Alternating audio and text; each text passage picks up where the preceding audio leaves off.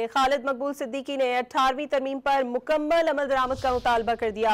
बावर कराया कि सिंध में 100% देने वालों को 1% इख्तियार नहीं, 1% टैक्स ना देने वाले 100% इख्तियार इस्तेमाल कर रहे हैं। ऐसे घर नहीं चलते, खानदान तकसीम हो जाते हैं। कराची पर 17 साल कब्जा खत्म होना चाहिए। ऐवान और अदालतों से इंसाफ ना मिला तो सड़कों पर आएंगे। कराची 97% सिंध के बजट का देता है, बाकी 3% हैदराबाद, मीरपुर खास, नवाब शाह, सखर। एक तरफ वो हैं जो 100% आपका बजट बना के दे, दूसरे वो हैं जो 100% बजट को खर्च कर। जो 100% दे, 1% उनका इख्तियार नहीं है।